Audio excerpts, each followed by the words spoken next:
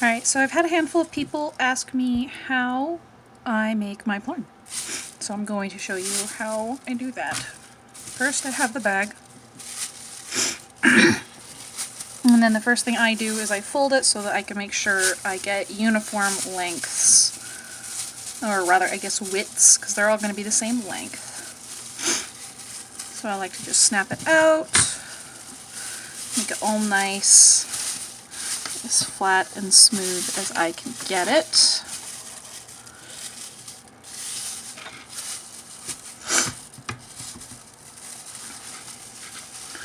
And I fold it.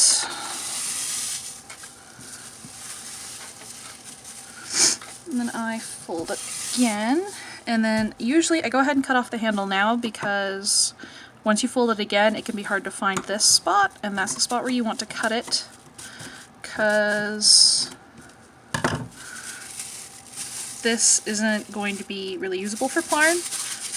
I still keep these because I'm planning on making a little doll and using that as stuffing. If not, then Walmart has these bag recycling bins, and I believe you should be able to just put in the handles there. Remember, it's reduce, reuse, recycle. So if you can't reduce the number of plastic bags you get by using reusable bags you already have, or that you're about to make with this, then reusing the plastic as these bags is best. It's better than recycling because that takes less energy. So while I'm folding it over like this, you may have just noticed I flipped it over and then I realized I should know what I'm doing. You'll see that it's come off from being flush with the edge, these other ones. So what I do is then I flip it over and I fold it a different way, because that makes it easier to cut, because now both of the edges are more flush. And then you're going to go ahead and cut away the bottom. It's a lot easier to cut when it's this folded and this thick. And then you're going to have to pinch it to hold it, make sure that it stays the way you folded it. Sometimes I have to refold it as I go along. That's normal, no worries. And then you go ahead and cut your way along.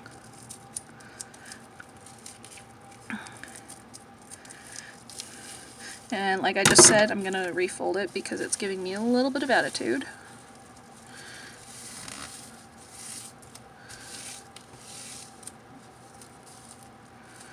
And I like to start cutting it at this edge. I just feel like that makes it, it's just easier to get it. It doesn't like to wiggle as much once you have it in the scissors, as opposed to the edge where you have all of the different ends. So I like to start at the folded edge. I suppose that's the word, eh?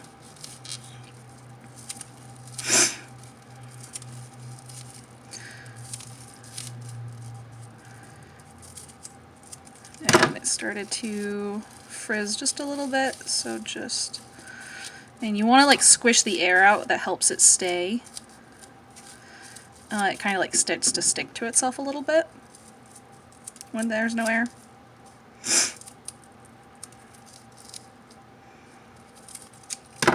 Alright, now you've got all these little strips, and this part's real easy. You just go ahead and take your plarn and you loop, and then you pull it tight.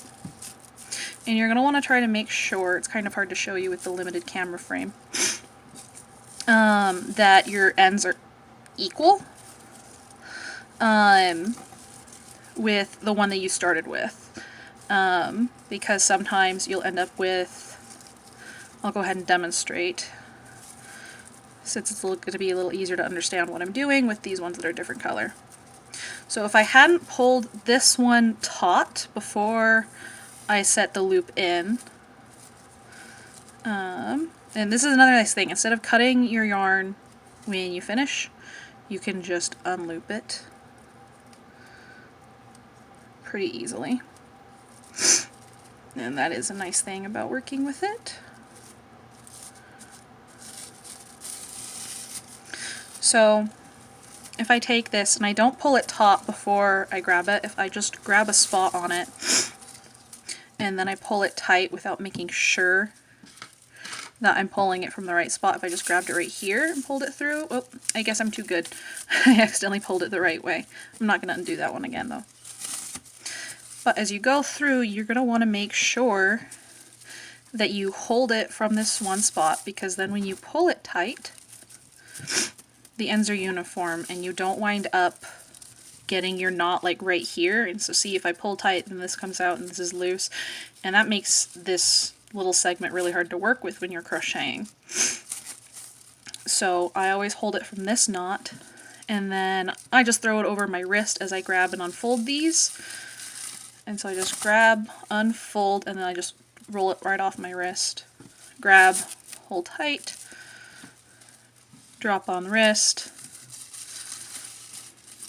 unfold, drop on, do that little loop, grab, hold tight, toss on wrist, and I'll go ahead and do this one. It's more kind of slow just to show you exactly how to do this loop. You have your loop right here, and you pull this one under, you lift it, and then you put that through. So just like that. I know some people's brains just don't compute knots very well, so I wanted to show that real nice and slow. And then yeah, as you keep going, you will have plarn. And then yeah, you just roll it up into a ball. And different stores have different colors. So if you wanted, you could make a bunch of balls of specific colors, just like regular yarn. Some bags are also different thicknesses. Well, I guess it doesn't really matter if you separate by color. I don't really. But you'll come across some bags that are really stiff. And if you do decide to get really into plarn, I would recommend doing these bags separately, because, or at least cutting them notably thinner than your other ones, because they can funk it up a little bit, but it doesn't really matter. I didn't separate them when I made my very first plarn project, so it didn't make much of a difference to me, but that is something that someone might have qualms with. Another thing about working with plarn is that it has this kind of like dry, sticky feeling, and after crocheting with it for a little while, it just kind of feels weird. So if possible, it might be a good idea to crochet and work with it while wearing a glove. That way it doesn't stick to your hand. I've not tried that yet. It's something I keep meaning to do, but I haven't. Oh! Here's another nice thing to show you. So thing is that sometimes there will have been a hole or something and it's going to break. And this is actually a really unfortunate spot for it to have done that on me with. It's so close to the end.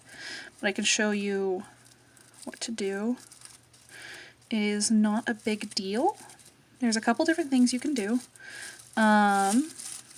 If you don't feel like dealing with it, you can just, throw it in with the handles for recycling. Or if you don't like how it's going to look, what I'm about to show you, then you can still go ahead and just toss it out with whatever you've decided to do with the handles. Come on, why are you? Oh, it's because I grabbed the wrong one.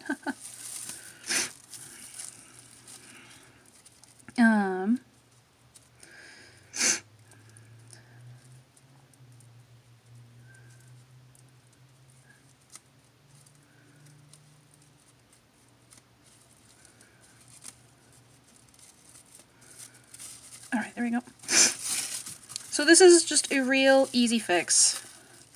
You just go ahead and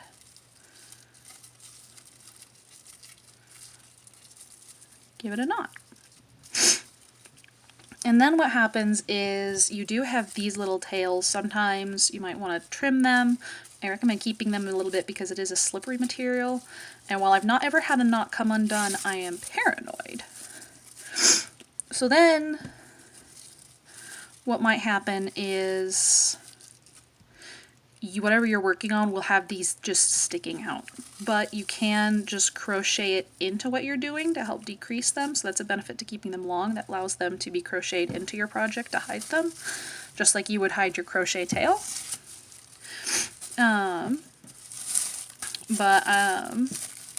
It does lend itself to just, you know, being kind of funky. So yeah, bags that are really torn up aren't really useful for plarn for that reason. Because you would have to tie all those. I suppose you still could if you wanted to. I would just use it for stuffing personally. That's actually what I'm making plarn for now, because I have a fair bit of handles and stuff from my other 2 plarn projects. I have some left over. Yeah, and so reduce, reuse, recycle. Another benefit of plarn is that it is one of the biggest problems with these thin plastic bags is that despite their actually relatively small cost to create, what we usually think of with them is them as pollution. We sort of think of that as the biggest cost, at least that's how I think of it, and I'm not an expert, but that's what it is. And so they're really thin and flimsy, and so they just fly on the wind and they get everywhere. And so that's one of the reasons why it's really good to use them as like trash bags, because then the trash inside will help weight it down, and you're not buying something else to use as a trash bag. Since plarn, you weave it together, it becomes a lot more dense, and it's not just going to float away. So, yeah, that's a perk of it. And I just really recommend yarn. If you are into crafting and or you're trying to be more environmentally friendly, I would genuinely recommend making yourself a plarn bag before buying a cotton tote, if that's possible, because cotton does take a lot of water. It is a really nice material, don't get me wrong, I love cotton, but it is very water expensive. And tons of people, if you tell them you are weaving plastic into yarn, they'll think that's really cool, and they will give you your bags, so you don't even have to collect any plastic of your own. Most of the plastic I use is from my roommates of days past, or from my home, from, you know, when we forget to bring them in. Yeah, as you can see, I have a bunch. What I like to do is I just go ahead and sit and I just make a whole bunch of these, and then I go all at once instead of just doing one bag at a time. I find that a little, just not my style. But yeah, go ahead, make some plarn. Now you know how. I made a little video just for you.